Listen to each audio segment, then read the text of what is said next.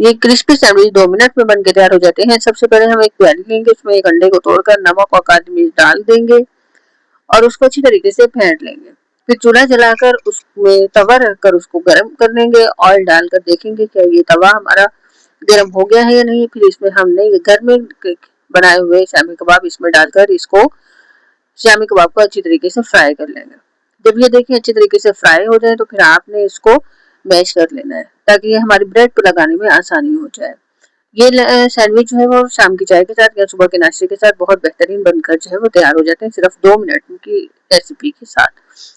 Mixture को एक side पे कर कर बचे हुए ऑयल में बचा हुआ अंडा डाल देंगे और इस अंडे को भी अच्छी तरीके से फ्राई कर लेंगे।